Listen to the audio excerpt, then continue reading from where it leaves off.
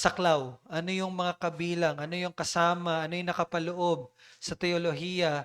And ngayong linggo, pag-usapan natin yung huling parte ng chapter 2, which is the purpose.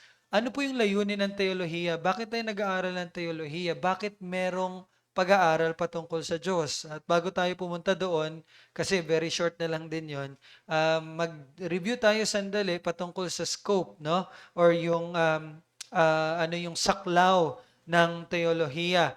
Now, kung natatandaan nyo po, last time, tiningnan natin kung ano ba ang relation or relationship ng teolohiya sa science or yung agham. Kasi marami po nagsasabi na ang teolohiya daw ay ano lang yan, nabuo lang yan dahil sa dedication, dahil sa motivation, or dahil sa debosyon ng mga tao na kabilang sa isang relihiyon. Yun ang sinasabi nila. But kung titingnan natin, ang science or agham ay mga um, pagkaunawa or kaalaman sa isang bagay na naipapaliwanag sa pamamagitan ng mga ebidensya na oobserbahan, naimbestigahan at naipapaliwanag based on evidences. So yan po ang science. But atin pong nakita last week na ang teolohiya ay indeed, siya ay isang agham. Why? Kasi it is based on facts na nakikita o obserbahan, naiimbestigahan, at ito ay bagay na napapaliwanag. That's why we have theology. And kinumpara natin siya doon sa mga um, uh, theories, no, na makikita natin sa iba't ibang sangay ng mga sciences. They have theories, di ba? Theories ay hindi man siya fully, hindi natin fully masasabi na tama at totoo yun, but ang theories po ay nabubuo ng mga impormasyon na kapag pinagsama-sama mo ay maipapaliwanag niya yung teorya na yon. Tatandaan nyo? And kung meron mang isang hindi ayon doon, yun ay tinatawag na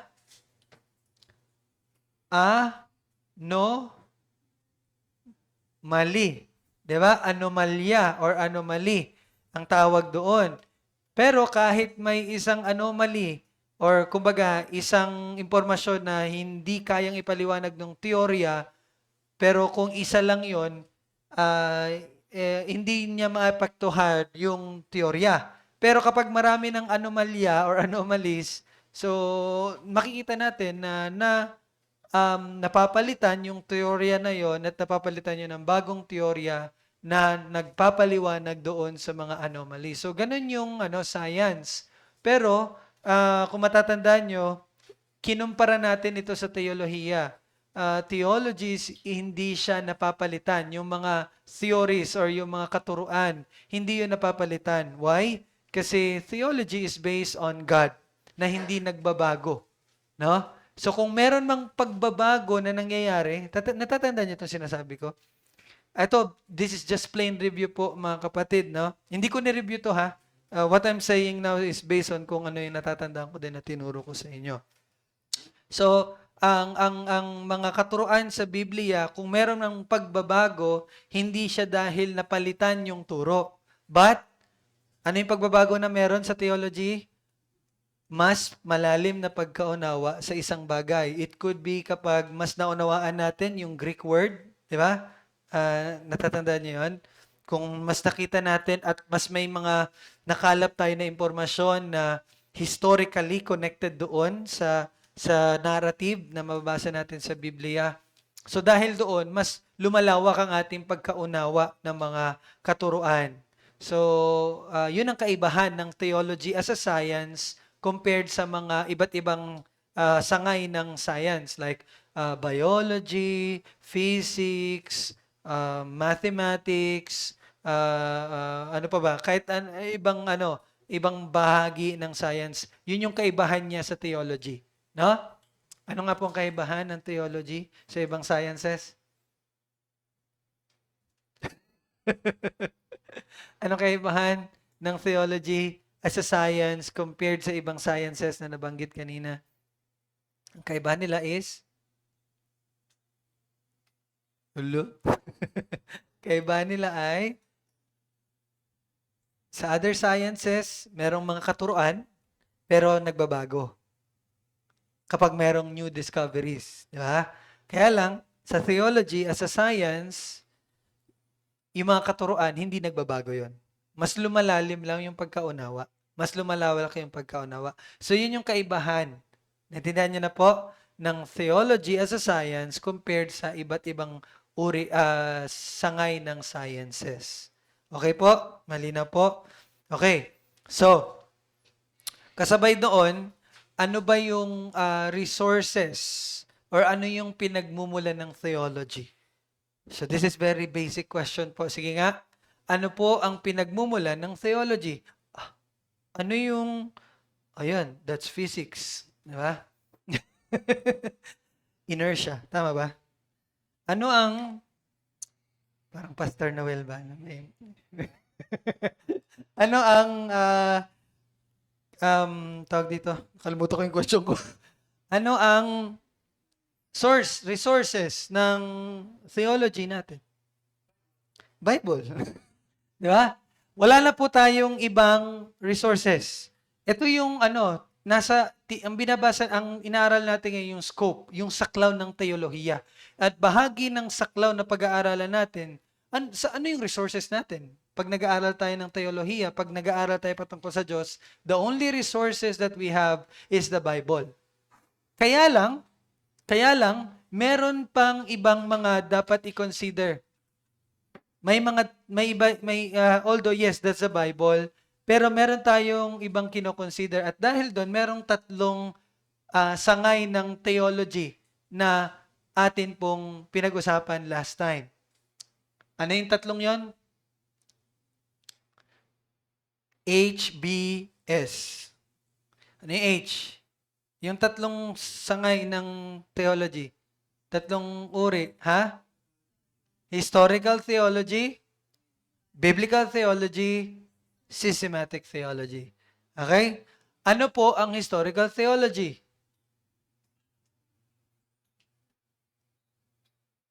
Okay, simulan natin sa biblical theology. Ano yung biblical theology?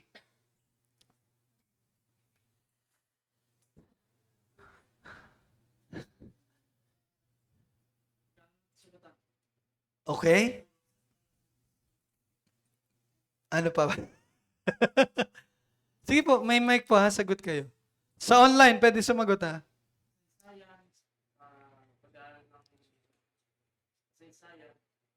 Kasaysayan? Sa Bible?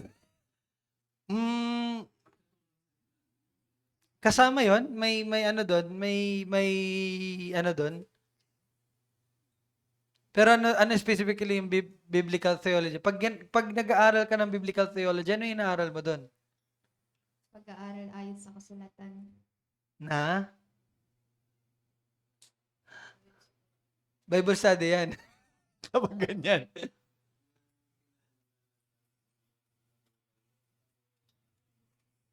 Sabihin mo, Gab, sa mic. May sasabihin si Gab. Yung patuloy yung pang yung pagkakit ng Diyos mula sa una parang yung dati yung kasunod parang Okay. Okay. Yan na, nakuha na yung ideya. Biblical theology is pag-aaral ng isang katuruan kung paano ito na naihayag, na-reveal throughout the history na makikita natin sa narrative ng Biblia. Yun po ang biblical theology. For example, di ba nagbigay ako ng example nun? For example, yung tagapagligtas. Sa Genesis, ang tagapagligtas, binhi pa lang ang revelation doon, di ba? Binhi ng babae. Di ba? Yung Kristo, yung Savior ba? Sa Genesis, ano pa lang siya? Binhi ng babae. Pero kalaunan, kay Noah, nakita natin na nagpatuloy yung binhi doon kay Shem. And then mula kay Shem, napunta kay Abraham, yung binhi niya na pangako, ipinangakong binhi sa kanya.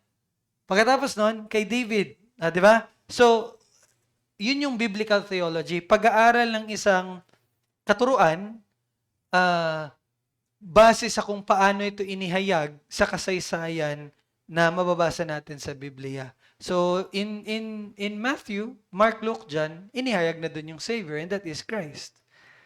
Yan yung study ng binhi. Parang ganon. Naintindihan niya po. Yan ang biblical theology. Ano naman ang historical theology?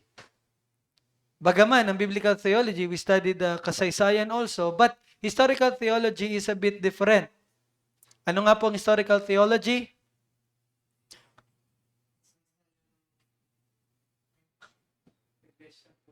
Yes. So, historical theology is specifically sa pag-aaral ng kasaysayan ng iglesia. At, historical theology is pag-aaral ng mga katuruan na nakabase sa kasaysayan ng iglesia. Okay? And usually, sa historical theology, dito natin matututunan, maaaral yung mga controversies, yung mga crisis sa church history. Like, paano nagsimula yung maling katuruan na ito? Paano ito sinalusyonan? Kaya, sa historical theology, kasama dyan yung pag-aaral ng mga councils. Yung Nicene Creed, Chalcedonian Creed, Westminster Confession, paano nabuo yung 1689 Baptist Confession of Faith, bakit may ganon? Na? So, yun naman yung historical theology. Pag-aaral siya ng mga katuruan base sa kasaysayan ng iglesia. Yun ang historical theology. Ano naman ang systematic theology? Ito, madali na lang to. Systematic theology naman ay pagkokolekta ng mga katuruan sa Biblia at isinaayos ito upang mas madaling maipaliwanag. Yun naman ang systematic theology. And mahalaga ang biblical theology at ang historical theology sa systematic theology kasi kailangan niyang tingnan yung katotohanan at yung katuruan base doon sa dalawang branch ng theology na yon. Kasi dapat magtugma yon. Tindahan niyo? Kaya kapag nag-aaral ka ng systematic theology, hindi mo na mamalaya, nag-aaral ka na rin ng biblical theology at historical theology. So parang siya yung sentro. Parang ganon. So kung sa engineering pa, parang chemical engineering siya. Ang inaaral mo, chemical engineering, pero inaaral mo na yung electrical, mechanical, kasama yung lahat. Ayun yung natatanda ko sinabi ni Kuya sa akin. It's like studying all engineering courses. So, parang ganun po ang systematic theology. Okay? So, yun ang ating review. May na-miss ba ako? Wala naman. So, ngayon naman, napag-aralan na natin yung scope, no? Or yung saklaw ng teolohiya. Ngayon, ang huling parte is that pag-aaralan natin ang layunin ng systematic theology. Ano naman ang purpose ng teolohiya, no? So, ang kahalagan po ng teolohiya. So, ang tanong po sa atin, ano ba talaga ang halaga ng pag-aaral ng teolohiya? Bakit ba nag-aaral tayo ng teolohiya? Maraming taong nag-iisip na hindi gaanong mahalagang pag-aaral nito. So, kayo po ba, may pagkakataon ba sa inyong mga buhay na naisip nyo na hindi naman need ng formal study ng theology? No, may mga ganun po ba tayong mga naisip? Kasi madalas, sabihin ng ibang tao, hindi ko kailangan ng teolohiya. Kailangan ko lamang ay makilala si Jesus. Narinig niyo na yan? Hindi ko kailangan mag-aral ng theology. Ang kailangan ko is Christ. Diba? Ang kailangan ko lang makilala si Jesus. Ngunit, ang totoo po, kailangan natin makita, hindi may iwasan ng bawat Kristiyano ang teolohiya. Okay? Kahit anong pilit mong iwas sa teolohiya, kung ikaw po ay isang Kristiyano, hindi mo may iwasan ang teolohiya. Okay? Hindi mo maiwasan ng teolohiya. Ang teolohiya po ay simpleng pagsisikap na maunawaan ng katotohanang ipinahayag ng Diyos sa atin. That's theology. It's simply as pagsisikap na maunawaan ang katotohanan na ipinahayag ng Diyos sa atin. At for your information, ginagawa ito ng bawat mananampalataya. Hindi pwede sa isang mananampalataya na hindi niya sinisikap na unawain ang katotohanan na nireveal ng Diyos na nasa sa kanyang salita. Kaya ang tunay na issue po ay hindi kung magkakaroon ba tayo ng teolohiya. Hindi yun ang issue kung magte-theology ka ba or not. Kasi as a Christian, whether you like it or not, you will do theology. Kasi kikilalanin mo talaga ang Diyos eh. Aalamin mo talaga ang katotohanan ng Diyos. So again, hindi question kung magte-theology ka ba o hindi. The question is, kung ang ating teolohiya ay tama ba o mali. Yun ang tanong. Nakikita niyo po yun? Dahil dito, mahalagang patuloy tayong mag-aral at matuto. Kasi it's either you have a bad theology or a good theology. Right theology or wrong theology. That's why study is a must. Kailangan talagang pag-aaral. Malaki po ang ginawa ng Diyos. Ito po, napakaganda nung pagkakasabi nito. Malaki ang ginawa ng Diyos upang maipahayag ang kanyang sarili sa kanyang bayan. Ano nyo po yan? Tingnan nyo po yan, ha? Ulitin ko po. Malaki ang ginawa ng Diyos upang maipahayag ang kanyang sarili sa kanyang bayan. Paano? Binigyan niya tayo ng isang aklat. At yun ang banal na kasulatan. And mind you, hindi niya ito ibinigay upang ilagay lamang sa estante or sa isang altar upang gawing palamuti. Binigay po yun ng Diyos upang basahin, saliksikin ng mabuti, pag-isipang mabuti, masikap na pag-aralan, at higit sa lahat, maunawaan at ipamuhay. Kaya binigay niya po ang Biblia. Kaya nireveal po ng Diyos ang kanyang sarili. Isa po sa pinakamalagang talata tungkol dito ay yung memory verse natin. Di ba? 1 Timothy 3:16-17 or 2 Timothy 3:16, chapter 3 verse 16-17, ang lahat ng kasulatan ay kinasihan ng Diyos at ito ay mapapakinabangan sa pagtuturo, sa pagsaway, pagtutuwid at pagsasanay. Upang, anong purpose? Upang ang tao ng Diyos ay maging ganap, nasasangkapang lubos sa lahat ng mga gawang mabuti. So, makikita niyo yung connection doon ng pagtuturo sa pamumuhay. 'Di ba? Ang kasulatan ang siyang magtuturo sa iyo, magsasaway sa iyo, magtutuwid sa iyo at magsasanay sa iyo. It's all about words. It's all about teachings. Pero anong resulta niya upang ikaw ay nasasangkapang lubos ng ano? Ng mga kaalaman, katalinuhan, magaling sa debate? Yung mga sinabi? No. Upang ikaw ay nasasangkapang lubos ng lahat ng mabubuting gawa. Life. You see, doctrines, katuruan, kaalaman must result into life, buhay. Kaya nga po, di ba, meron tayong discipleship hour. Kasi itong Sabbath School ay focus po sa doctrines. Focus siya sa katuruan, kaalaman, knowledge. Pero I want to balance it. Kailangan natin ng application. Kaya meron tayong discipleship hour. And kung mapapansin nyo, lahat ng topic natin sa discipleship hour ay patungkol sa buhay, pamumuhay. Di ba? Una natin panag-usapan, yung pag-aasawa. Paano ka dapat mamuhay bilang Kristiyano sa pag-aasawa? Paano may apply yung katotohanan sa pag-aasawa? Di ba? Ngayon naman, pinag-uusapan natin, ano yung mga tolerated sins, mga kasalanan na akala natin okay lang pero hindi natin namamalayan, hinahayaan natin na mahulog tayo sa ganung kasalanan. So you see, ganun dapat. Ang talatang ito, 2 Timothy 3:16-17, ay sapat na po upang wakasan ang pag-aakalang hindi natin kailangan ng doktrina. No? Or baka iniisip natin walang halaga ang teolohiya. No. 2 Timothy 3:16-17 teaches us, ganun kahalaga po ang pag-aaral. malaki ang pakinabang ng masusing pag-aaral ng Biblia. Dahil ang Biblia ay kinasihan na makapangyarihang Diyos, nagbibigay ito sa atin ng isang napakahalaga at tunay na kapakipakinabang na kayamanan. Kaya po, masasabi natin, from the Word of God, doon natin makikita ang wastong doktrina or ang tamang katuruan. So, ang tamang katuruan po ay nagtuturo sa atin ng katotohanan, itinutuwid tayo nito kapag tayo naliligaw, sinasaway tayo kapag tayo nagkakasala, sinasanay tayo mamuhay sa katuwiran, di ba? Yun ang purpose ng word. 2 Timothy 3:16-17 clearly says that.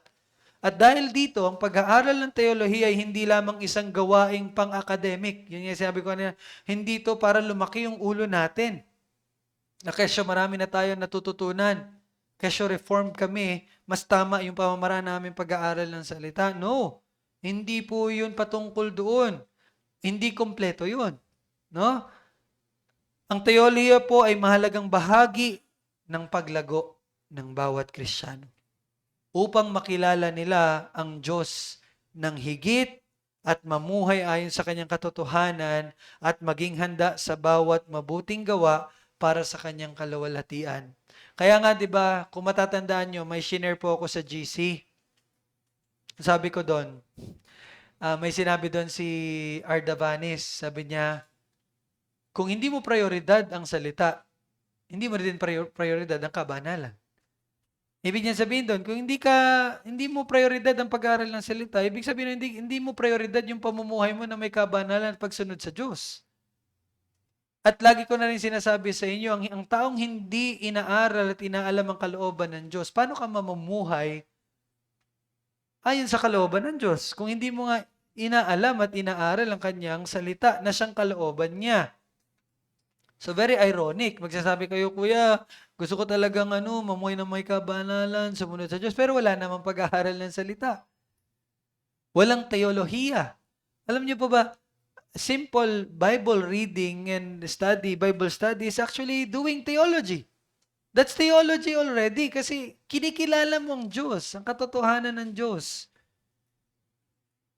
Tandaan po natin, ang kasulatan po ay kapakipakinabang din sa pagsaway, di ba? Sinabi doon, sa mundo ng akademya, maraming pag-aaral ang nakatuon sa tinatawag na biblical criticism. Marami pong ganito, kinikriticize nila yung Bible. Lalo na, tinatawag na higher criticism.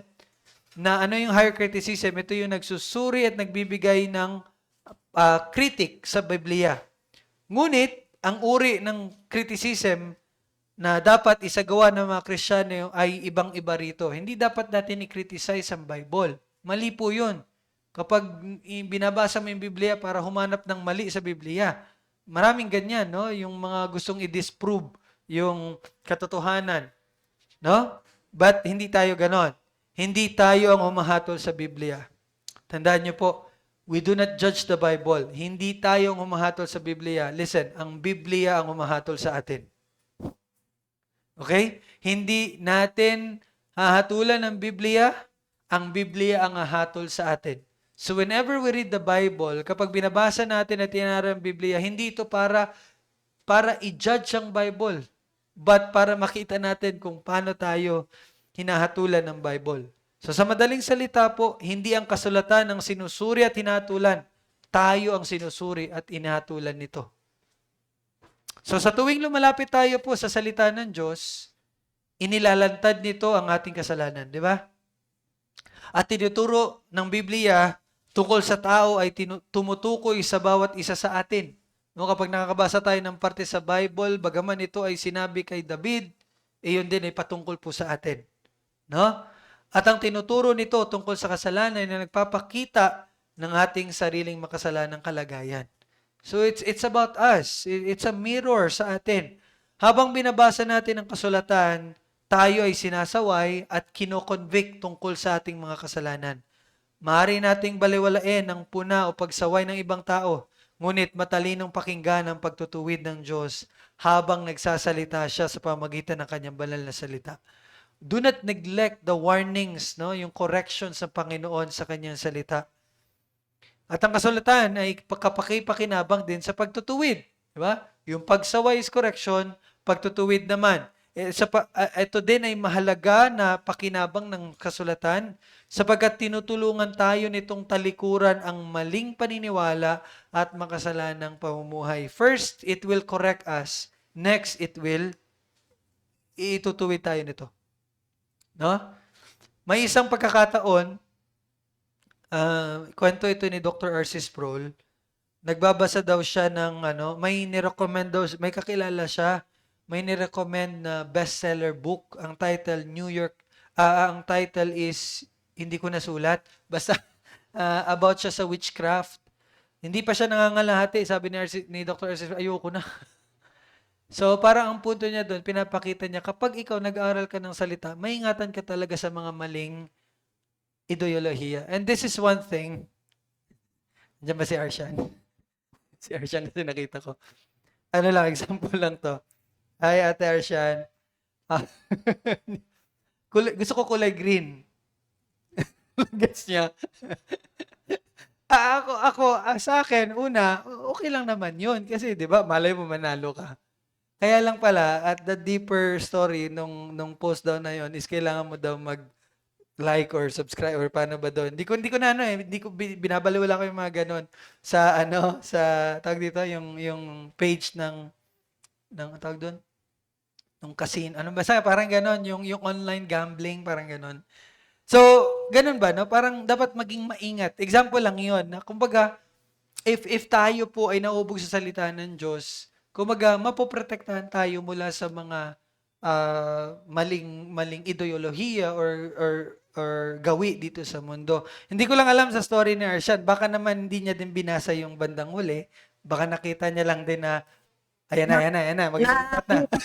Nakita ko po yung Nakita mo? Okay. So, bakit ka nag-ganon? nakita ko po sa binura ko po yung post ko tapos may nakita po kasi akong post na ayun yung walang yung pagbigay niya ng kung madami daw pong magsusugal. Kaya shinare ko po yun yung ganong tapos binura ko po yung post. Okay.